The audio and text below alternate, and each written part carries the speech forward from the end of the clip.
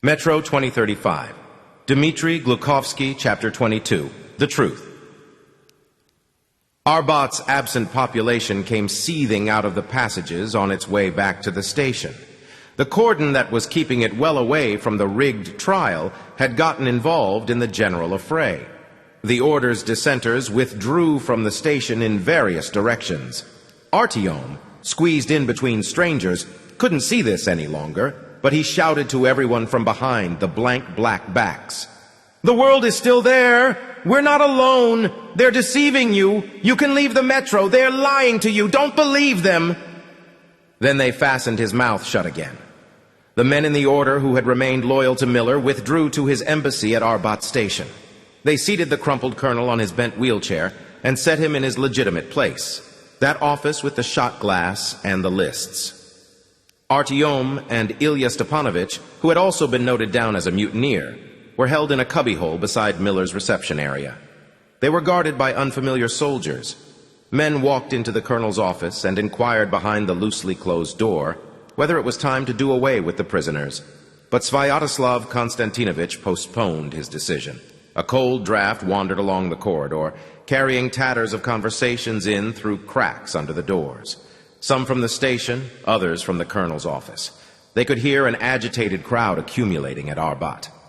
People were telling each other what had happened to the Order and repeating Artyom's bellowing in a cracked echo. It was a good thing that he'd handed himself over in exchange for Anya, Artyom thought. If only she had escaped. Ilya Stepanovich goggled at the men in black. He was shuddering violently. There was a smell of urine. Maybe he was imagining to himself for the time being the way a bullet would drill its way into his forehead. But he wasn't whining at all, just muttering almost inaudibly. Of course, he can do anything he likes. His daughter has no fingers. Did he hand her over? No, he kept her. He probably sees her, watches her growing up, plays with her, and his wife is alive. She didn't hang herself, with her tights. She's not dangling from the ceiling, with her tongue sticking out, her black tongue. One of the men guarding them had a watch on his right wrist. On its topsy-turvy hands, Artyom noted infinity. He calculated how much time Homer would need to reach the Reich. Working remotely, Artyom figured out the workings of the printing press with him, looked for dry paper, and dictated the text to the old man. They didn't even have to carry the leaflets throughout the whole metro. If they could deliver them to Polis and Tizvetnoy, at least, everything would creep farther on from there of its own accord. Apart from Lyokha and Homer, no one knew about the plan. All the Hansens in the Order were here, with Miller, holding back the swarm that was pressing forward. A voice barked in the office. "Call Beselov's number, again! I need to talk to him, in person!" Lost, knocked out of his chariot and off his stride, he kept trying to call his master. He couldn't get through, so Lyokha still had a chance to find Beselov before Miller located him. And then, after dropping Homer off at Chekhov's station in his own mind, Artyom rode on remotely with Lyokha to the brothel. Operating remotely, he stole through the hubbub and the whoring under cover of the Order's veterans, invisibly cordoned off Sasha's little shanty, and finished off his former unsuccessful attempt on Beselov's life for Lyokha and himself. No, he took him hostage and led a combat team to the bunker. "Dial him again! Again!" The inverted minute hand moved backwards. It measured off half an hour, 3/4, an hour. The droning in the station was growing louder. The local administrators, who had been sent by the managers of Polis, shouted at people uncertainly. But the gawkers didn't want to disperse. They asked the cordon what had happened and who the madman was who had howled about survivors in other cities on the earth. And what did mine have? A little tail. The tail could have been removed. Right there. Such a sweet little mite. Noreen said, "Let's call her after your mother if it's a girl." Marina, that is. Marina Ilinichna. Marina Ilinichna Shkurkina. Artyom suddenly realized that Ilya Stepanovich wasn't talking to himself. He was telling Artyom about it, even though he wasn't looking him in the eyes. Artyom shook his head in agreement, but he was thinking his own thoughts. "Shut your gob," a guard wheezed to Ilya. "My head's splitting from all your muttering. Shut it, I said, or I'll whack you right here. We've got to waste both of you anyway." "Marina Ilinichna," Ilya whispered then, too quietly for the guard to hear, but clearly enough for Artyom. "Little Marina Ilinichna." Her grandmother would have been delighted. But would Lyokha be able to grab Beselov? And take him through half the metro as a prisoner? After all, he hadn't been specially trained for that. He was a broker, not a soldier or a killer. Back at the radio center, he had managed somehow, but there they had been shooting at him and he didn't have to plan anything, only survive and get out of a tight corner. Never mind, he could do it. The veterans would help. He'd be able to explain everything to them, wouldn't he? He would. That was what an apostle was for. He had been through everything together with Artyom. He didn't have to be convinced. Nothing had to be proved to him. He remembered everything. He felt everything himself. I don't give a rat's ass if he doesn't answer. Keep calling. What if Besilov had already been taken? What if they were already dragging that louse with a bag over his head towards the secret entrance of their rusty bunker from down-and-out Taganskaya station? If only Homer was in time with the leaflets. But even without the leaflets, he knew everything as well, didn't he? If the print shop couldn't be brought back to life, he could do it himself and tell everyone about everything. Like that other Homer, the real one. Someone scrabbled at the outside of the door. They walked in, preoccupied and sullen. 3 of them. 1 Brahmin in a robe, 1 military officer in a tall peaked cap with a double-headed eagle, and some kind of civilian. They knocked at Miller's office and mumbled outside the door in collective anxiety. They were also looking for an answer to certain questions. Something was maturing out there in the station, fermenting, taking shape, rising up. And the 3 who had been sent to Miller wanted to halt this fermentation and keep a lid on it. Miller barked back raggedly and angrily. The office door opened slightly. We'll call a session of the Council of Polis. We have no right to remain silent. Let everyone speak there, and then we'll inform the population, in accordance with the outcome. And this schism of yours, deal with it yourself somehow. And what if the Reich really is a fake? Ilya interrupted. If Yevgeny Petrovich himself is a fake and a traitor, if everything they have there is fake, then what about me? What do I do? What did they do that to Marina with her little tail for? And what did Narine hang herself with her tights for? And why did it happen to me? And what for? They tell me write, but write what? How can you write that down? What words can you use? But Artyom's mouth was stuffed with rotten rags. He couldn't answer, and he couldn't even ask Ilya Stepanovich to be quiet. The unshorn Brahmin rustled towards the way out, sweeping the dust with his robe. The officer strode after him, smelling of stale sweat and unwashed underwear, and the unidentified civilian trotted by last. The end of the audience. Get through to him! The Trinity wafted away, fitted through a doorway compressed to the size of a matchbox at the end of the corridor, and emerged to the people. The truth blazed in from outside through the open door. Ilya Stepanovich got up along the wall and reached out in the direction of the shouting, leaning himself bodily towards it. But a wool-faced man stopped him short and planted a fist in his solar plexus, and everything slammed shut again. There, look. The people finally wanted to know, and Artyom had a stinking rag in his mouth again. That was okay. Now others could speak for him. Both speak and act. He had sent out messengers in all directions. Now it wasn't so terrible to croak. He could hear those 3 taking turns to purr something soothing to the awakened crowd. It shouted questions. It didn't want lullabies. Thanks, Letyaga, Artyom thought. A pity you died. Strange that you died. How come you'll never squint at me again with that eye of yours? You won't be able to crack jokes. Who can I borrow blood from now? Forgive me for doubting you at the very last moment, Letyaga. But then you doubted me at the very last moment, didn't you? You doubted, but you said everything right, so they would take the noose off my neck. A pity you can't hear the people out there in the station asking for the truth. The 2 of us will open the hermetic doors for them now. You and me. Together, we'll let them up and out. And somewhere the others, our conspirators, are doing their own bit. Homer's printing leaflets, the apostles leading Besolov along with a gun barrel pressed against his pale temple to unseal the bunker. Let Miller thrash about frantically here, a dog without a master. What are they going to talk about at the Council of Polis? About how to press the lid down tighter and screw it on. About how to crush all the rebels quickly, one by one, so the rumors of the resurrected world won't spread through the metro? Call! Call anywhere you like! Call Tsvetnoy! They won't crush all of them. Tell us! voices bellowed outside. "Are you telling the truth?" Ilya Stepanovich asked Artyom. "Everything that you told Homer, is it true?" Artyom nodded to him. What was being smelted inside the little teacher's head? What was it being cast into? The owner of the watch, two shifty eyes in holes, kept raising the hands to his face more and more often. A presentiment of the solidifying irreversibility of everything that was happening in the metro leaked out through the cracks from the colonel's office into this lobby of the reception area. He thought about Anya again, about how stubborn her love had proved to be. Artyom was arranged differently on the inside. He'd felt the first coolness from Anya and started cooling in response, as if he couldn't radiate love himself, but only reflected Anna's love with his own concave soul. He sensed the diffuse light of attention on him, gathered it into a beam and directed it back. He inflamed her with it and gathered more warmth in reply. But the moment Anya started to fade, he had nothing to repay her with. And her light had grown feebler and feebler like that until it went out completely and he stopped believing, until their future dried out and crumbled away in his mind. But Anya's heart seemed to work the other way round, back to front.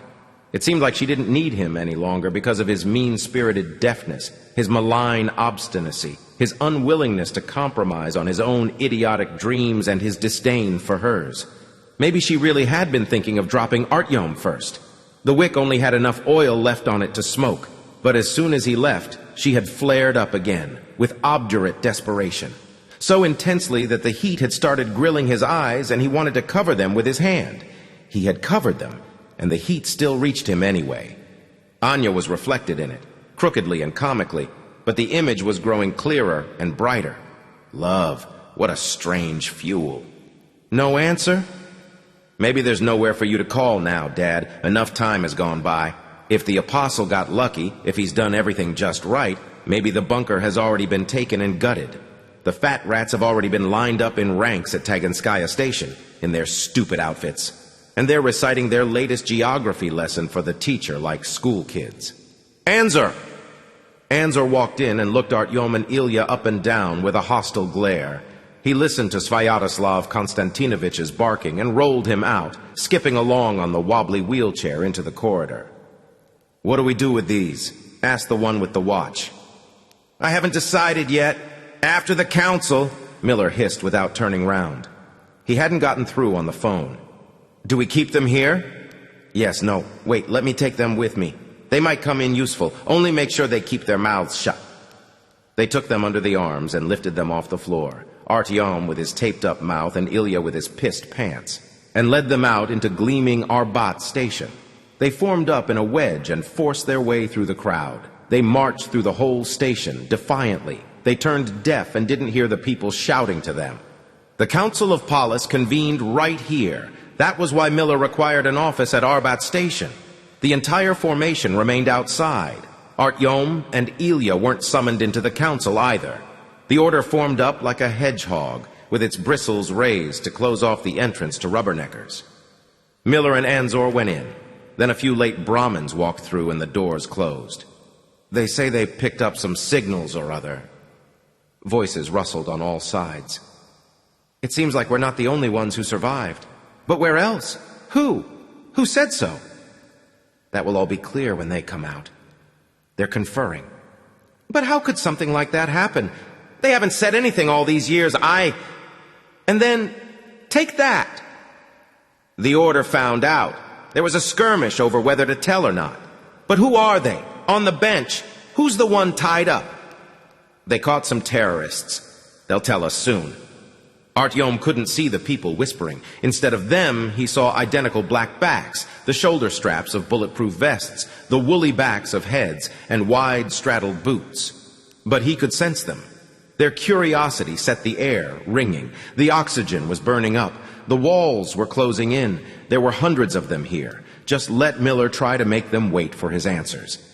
Suddenly there was a commotion. Someone was forcing his way through the crush, skillfully and determinedly. "To the council! Make way!"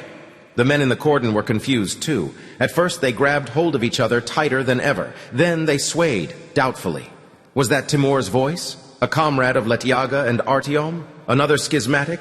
Timur? He had left together with Lyoka and Homer, with rescued Anya. Why was he here? Why had he come back? He was storming the bunker right now, or had he already taken it? Had he brought Beselov's severed head to the council session? Make way, by invitation of the council! The cordon tore open. They let Timur through into the circle, and together with him, Prince and Luka, both from the old team. Timur noticed Artyom on the bench and nodded to him, but didn't intervene for him. He walked inside. Luka and Prince stayed on guard. What were they talking about? What were they haggling over? Stalling for time? Setting ultimatums? Begging for forgiveness? Studying the head on a dish? Inside there was silence. Had all of them in there been poisoned? Make way! Make way! To the council! Who was it this time? The crowd parted less willingly now, without the same respect, grumbling, "Why the hell should we?" Artyom craned his neck. The black circle didn't part immediately for these people either. He didn't see him immediately. The first one to step through the cordon was Beselov, alive, pale, intense, and silent. Lyoka the Apostle appeared behind him. Alexei Felixovich cast a gloomy glance over Artyom but didn't greet him. Lyoka, on the contrary, nodded. They both walked inside. Had the Apostle brought a hostage?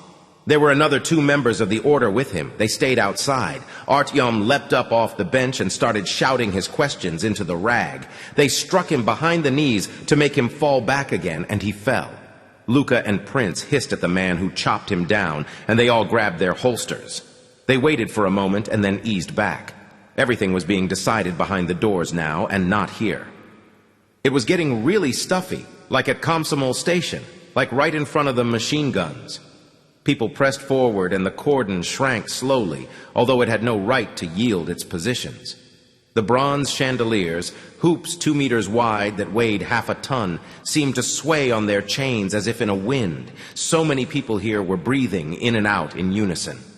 Suddenly, a different sound flew across the station, a cough. The soldiers in the cordon roused themselves. The crowd fell silent and started gazing round, staccato coughing from numerous speakers at the same time. It turned out that this place also had its own public address system. Testing, testing, 1, 2, 1, 2, right across the station in a deep, pleasant voice. Dear citizens, your attention, please. An important announcement will be made shortly. Do not disperse. Give us the truth. Tell us the truth. They shouted back to the invisible announcer, but he merely cleared his throat and fell silent. Something important. Could it really be mind-blowing?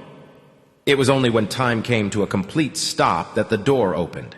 A fat man wearing a brown suit walked out into the black circle with a businesslike air.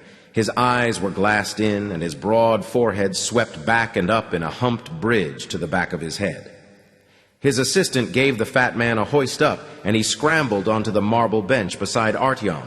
That way the crowd could see him. The chairman of the council, himself! Then Miller and Anzor appeared in the doorway, with Timur following. They separated, moving away from the bench in opposite directions. The fat man blew his nose. He wiped his sweaty forehead with the snotty handkerchief, then used it to clean his lenses and set his glasses back on the bridge of his nose. Citizens, we have gathered here today. The reason was a rather unpleasant event within the highly respected order, which is called upon to safeguard all of us. There has been a disagreement, so to speak. We'll come back to that in a while. Stop pussyfooting about. Give it to us straight. Yes, of course, straight to the essence. The point is that we have established. It is absolutely incredible, of course. But we have incontrovertible proof, which we will present in due course, have no doubt about that. Well then, we have established quite certainly that Moscow is not the only city to have survived in the last war. We have intercepted a radio broadcast. The crowd was struck dumb. The sounds died, all the other sounds, apart from the tedious, musty voice of the man in brown. Mute Artyom looked up at him as if he was an oracle, the way he had looked at Letyaga before the shot, as if he was a saint. We are prepared to allow you to listen to it, but first a few words. For me personally, as for all of you, this is a genuine shock. The point is that the broadcast comes from the other side of the Atlantic Ocean. Dear citizens, comrades, brothers, you understand what that means. It means that the enemy who annihilated our country, who sent 140 million of our compatriots to their graves, parents, children, wives, husbands, that enemy is still alive. He wasn't finished off. The war is not yet over. None of us can feel safe anymore. A new final blow could be struck at us at any moment if we betray our presence in any way at all.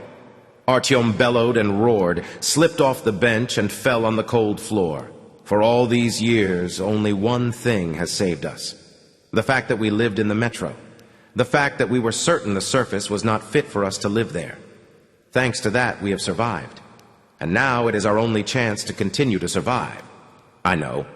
It is frightening. It is hard to believe. But I am asking you to believe it. The Council of Polis is asking you. Listen for yourselves. This is the recording that we made today. It is New York Broadcasting.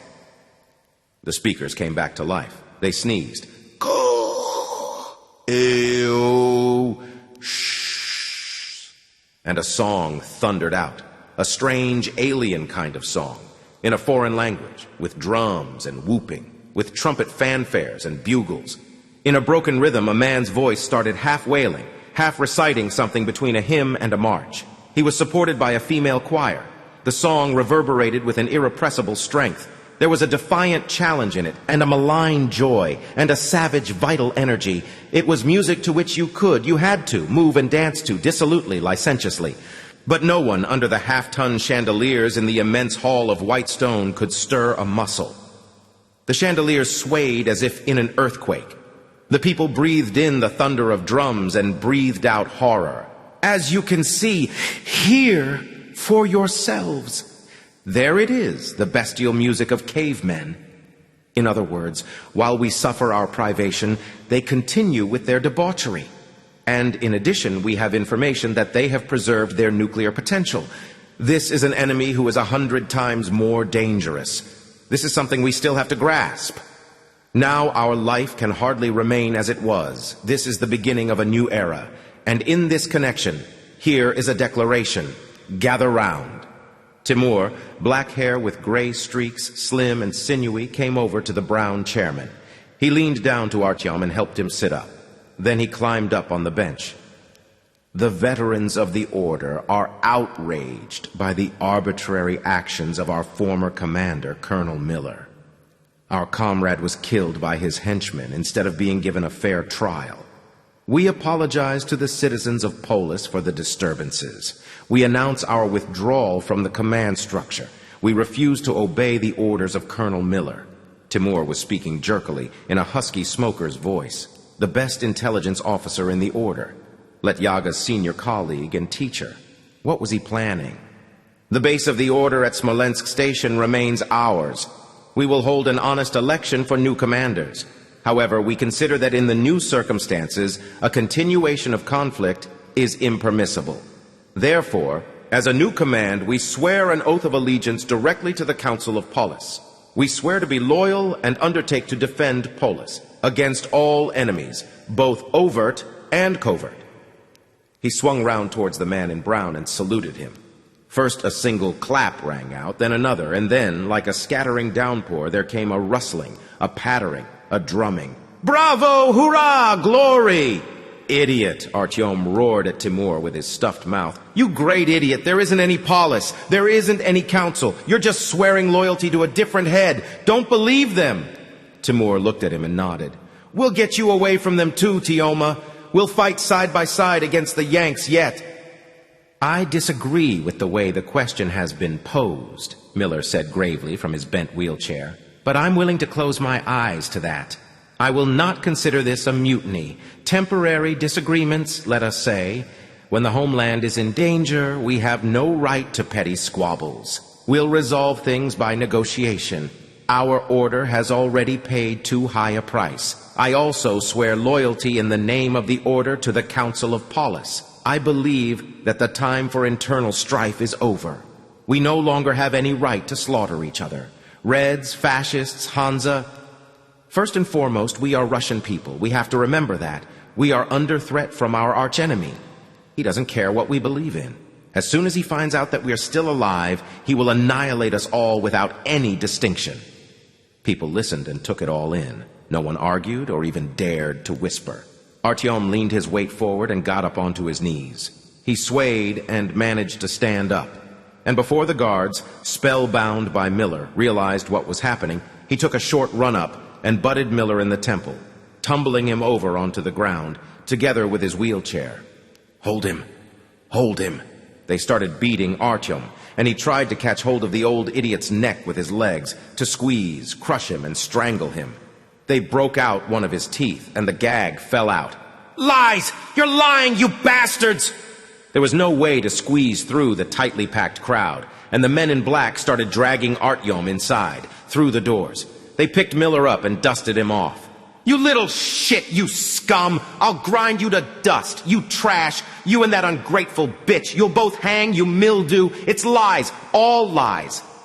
Timur explained for him. "This is an arrested saboteur.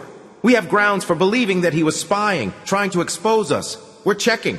Eventually, they loaded the colonel into his wheelchair and dragged Artyom inside. On that side of the doors, a long corridor with numerous exits began. They dumped Artyom immediately, and from there, in a seizure, he listened. "Yes, Svyatoslav Konstantinovich." The brown chairman swayed his heavy head with its receding hair. "You have spoken the golden words of a man who knows the value of human life. In this and all other matters, I am in complete solidarity with you. I suggest that we dispatch our diplomats to the Red Line, Hansa, and the representatives of the Reich today, without delay, and get everyone sitting around the negotiating table to put an end to the disagreements that have plagued us for all these years. When all's said and done, we're not so very different. We have to stick together now, combine our forces, and together, collectively, you, must defend the Metro, our only home, our common home. Our only home for the decades to come, if we wish to survive. Our sacred home forever." "Not so very different," Ilya Stepanovich repeated after him in horror. "We're not so very different. Us and them. First and foremost, Russian people. Stick together. For what? What for? To the representatives of the Reich, Narineshka." But the crowd chewed up his mumbling. Battered and bruised at first by this revelation, now it was beginning to straighten up, understanding and mulling over what had been pumped into it. "The Yanks, all this time, music, stuffing themselves, dancing about like animals. But I always had the feeling, them and their darky hip-hop. Here we are eating shit, and they want to take our shit away from us. The last thing we have left, I knew it. They won't give us any peace. Never mind, we'll wait it out. We'll hold out. We've seen worse. Maybe nothing will change. As you know, times are difficult even without this," the man in brown continued, speaking over them all. "The mushroom disease has exhausted our reserves. We'll have to tighten our belts even further. But if we join together, we can. Our great power. Our people have time and again." He had to shout above a rising hubbub. People had finally managed to chew up and swallow the truth that they had wanted to hear. Artyom, pulverized, sat against the wall, intently swallowing unappetizing warm blood. He felt with his tongue at the hollows from his lost teeth. Besilov suddenly appeared somewhere in the corridor. Had he come out of a meeting room? Lyoka the Apostle was striding behind him. "Kill him!" Artyom hissed to Lyoka. "That's him! He incited them!" "Who's this?" Alexei Felixovich didn't recognize Artyom. "Is there another way out here? I don't fancy going through the crowd again." "You forgot your raincoat," Lyoka said to him. "Thu, let me help you." Lyoka, you... What? But you've got to... catch up with me." Alexei Felixovich strode off rapidly in the opposite direction. "Whiston, you know, I decided we won't achieve anything that way. If we just cue him, the system has to be changed from the inside, Gwadwawi. Revolution isn't our method. Do you understand?" Lyoka explained in a spuriously apologetic tone of voice over his shoulder to Artyom. "He's taken me on as a consultant and assistant. I'm going to Gwadwawi. From the inside? From the bunker? You shit-eater!" Artyom wheezed, straining his voice. "You sold out for the bunker, for the grub? You sold me out for the grub? Us? Everyone?" "What do you mean, us?" asked Lyoka, getting furious. "Who's that us? There isn't any us. Nobody needs all this except you. You'll croak now, but I'll still be there managing things. Alexei, Basilov called to him, do I have to wait much longer? Is this the way you start a new job? Lyoka didn't spit at Artyom in farewell. He didn't kick him. He spun round and ran to catch up with Basilov. The door scraped, and Timur stuck his head in. Can you walk? I don't want to. Get up, while they're still speechifying. Come on! He jerked Artyom up by the scruff of his white waiter's shirt, and the collar split. He set Artyom on his feet and let him lean against his shoulder. I'm with you, Ilya Stepanovich whispered prayerfully. Take me. I don't want to be with them. Don't leave me. There's another exit here. Let's go that way for a start. Once the old man gathers his wits, you're for the high jump. We'll never get you out. Where to? Borovitskaya. Anka's waiting there, and from there to Polyanka, and onwards from there. Do you have a place to hide? At home. Anya, is she all right? She's waiting. Where should we take you? To exhibition. No need to go to Polyanka. I have to go to Chekhov, to the Reich. What for? What the hell do you want at Chekhov? Homer's there. I have to see Homer. Hey, a long-haired Brahmin glanced out of a conference hall. Where are you going? Timurchik, do you understand? The invisible observers. They're keeping us here. They're lying to all of you. They trick all of us. Listen, Tioma, don't feed me all that. I don't want to poke my nose into politics. I'm a soldier, full stop. An officer. I can't abandon you here. But don't try to brainwash me with that shit of yours. Let's just stay friends. What could he do with him? What could he do with all of them? There was still a chance to prove it all to people, while they were lying about their bastard radio. He had to get there, to Chekhov. Help with the printing, help with the distribution. The three of them walked through corridors and passages. Painted doors banged. People walked towards them and were surprised by Artyom's outfit and battered face. Ilya Stepanovich strode along stubbornly behind. The light blinked. The rats scattered from under their feet. Finally, a breath of creosote blew in their faces. A snug, cozy smell. This was it, Borovitskaya. Just a moment, I'll find your ever-loving... And then it's Polyanka. Not Polyanka. Chekhov, to the Reich. You can discuss that with her. Stay here. Sit quiet. Just don't let any of our guys see you, okay? I will. Sit quiet. Thanks, Timurchik. He sat down at a long table of wooden planks, folded his lacerated hands in front of him. He looked round. This was his favorite station in the entire metro. Dark red brick, creosote in the air, like pine resin, sweet and smoky, little monk cell homes, cloth lampshades, gentle music playing somewhere, string instruments, people in amusing robes, leafing through decrepit books, holding whispered conversations about what they've read and living in what they've read, with no need at all of the upper world or the lower one. Where was the cell in which Artyom spent the night with Danila, his friend for one day, and for the rest of his life? It was occupied by someone else. Homer? He got up. It was a familiar silhouette. Homer! Where had he come from? How? Why? Surely he should be at the Reich. Artyom got up and started hobbling. He rubbed his eyes. The old man was absorbed. He was examining the empty cell. A young Brahmin with a stupid little mustache that had never been shaved was showing him the small room, giving him instructions, handing him the keys. Was Artyom mistaken? Of course, there isn't anywhere to put a table here, but you can work with everyone else. The bookshelves are over there, though. The only thing is, you can't keep animals here. You'll have to part company with the chicken. Is that compulsory? It is. Well then, Homer. The old man looked round. Granddad, what are you doing here? How did you get here? Did our boys hide you? Did you manage everything? With the print shop, did it go okay? Do the presses work? Was the paper still dry? Homer looked at Artyom as if he was a dead man, with sadness and detachment. Why don't you say anything? Did it work? Show me. Artyom. What do you want? The boy with the mustache asked irascibly. Where are the leaflets, Granddad? Did you go to Chekhov? Shall I call the guards? No, don't. Homer shook his head. Wait, why didn't you go there? They had a meeting here at Arbat, started pulling the wool, their usual lies, and everyone believes them. It's not for me, Artyom. What? I can't do that sort of thing. What? What sort of thing? Propaganda, printing leaflets, all this revolutionary activity. I'm too old for all that stuff. You didn't even go there, to Chekhov? No. Why not? I don't believe in it, Artyom. In what? The jammers? The invisible observers? In what? The world on the surface? That everything down here is pointless? I don't believe that people need that. That people want to know that. That is the truth. The truth. People need the truth. Don't shout. What truth am I supposed to tell them? The whole truth. Everything that you've seen. About the woman whose head was smashed in with a reinforcing rod. About his privy.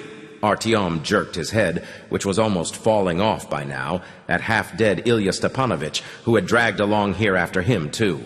About how they shoot their own people in the back. How they put babies down for a little tale.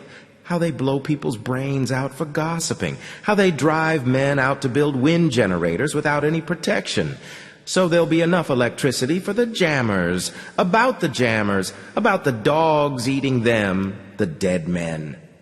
Is that really the truth? Homer asked. What is it then? It's gory trash, Artyom. Do you think they don't know all that anyway? They live in it. They don't want to remember about it, and the last thing they want to do is read about it. Perhaps I should write about the life of the cannibals? Or about how the party high-ups debauch young orphans? Hansa or the Red Line, it's all the same. What has this got to do with anything? It's the truth, too. Do people want to read that kind of thing? Is that what they need? We shouldn't stuff them with that shit. They need heroes. They need a myth. They need beauty in other people so that they can remain human themselves. What can I tell them about here? That some bunch of bureaucrats has been governing them since the beginning of time? That there's no point in them hanging about in the metro? That there's nothing that can be done here? That has a whiff of paranoia about it. It's darkness. But they need light. They search for it. If only from a candle stub, at least little gleam. What do you want to tell them? That they're all slaves, non-entities, sheep? Nobody will listen to you. They'll string you up, crucify you. And you? What will you give them instead of the truth? What will I give them? I'll give them a legend about Artyom, who was the same kind of simple young guy as all of them, who lived at an outlying station by the name of the Exhibition of Economic Achievements, and whose home, along with all the rest of the metro, was threatened by an appalling danger. From nightmarish monsters who lived on the surface and were trying to deprive the besieged human race of its final refuge. About how this young guy walks all the way through the metro, how he is hardened in battles and changes from being a plain lummox to a hero, how he saves the human race.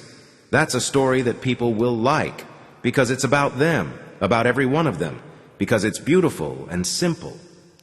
You're going to write that? That? What about everything that just happened? That's politics, Artyom. It's propaganda. It's the struggle for power. It will pass away too soon. Everything will change. I don't want to write leaflets. They turn stale as soon as they're written. And what do you want? The eternal? Well, the eternal, that's too high flown. I forbid you to write about me. I forbid it. All right? How? It doesn't belong to you any longer, but to humankind. I don't want to be a sugar lollipop in your cock-sucking little book. People will read it. They'll learn about you. But I couldn't give a shit if people learn about me or not. What's that got to do with anything? You're young, Artyom. What has that got to do with anything? Don't talk like that to me. You're a hero. People will find out about you. Word of you will remain. Perhaps you'll have children as well. But what about me? What am I supposed to do? What will remain of me? An anonymous leaflet? A scrap of paper? Wait, they're giving you a room here. Are they giving you a room? They're providing me with the conditions for work. The conditions for work? Are you going to write this for them? For Besolov? About me? Is this how they bribed you? Did they bribe me or I bribed them? There'll be a book about you, a genuine book, and a decent print run. What doesn't suit you about that? I don't understand it. Artyom, Anya calling him. Ask Ilyusha, he'll tell you. Who would turn down something like that? A genuine book signed with my name, not a textbook for cannibals, a myth, a legend for the ages. They drown us in shit. They treat us like cattle, like building material. Don't even regard us as human. And you help them. And then Artyom was hit by a blast wave. He realized, and the understanding concussed him.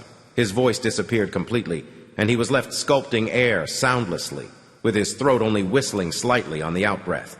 Fuck it, he's right. He's right about everything, that lousy scumbag. There isn't any us and there isn't any them. That's the Hydra. We ourselves are the Hydra. They consist of us.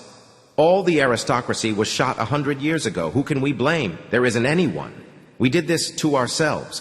All of them down in the bunker. Who were they recruited from? From us. And now, you, Lyokha. How can the Hydra be defeated? No one even thinks seriously about fighting it.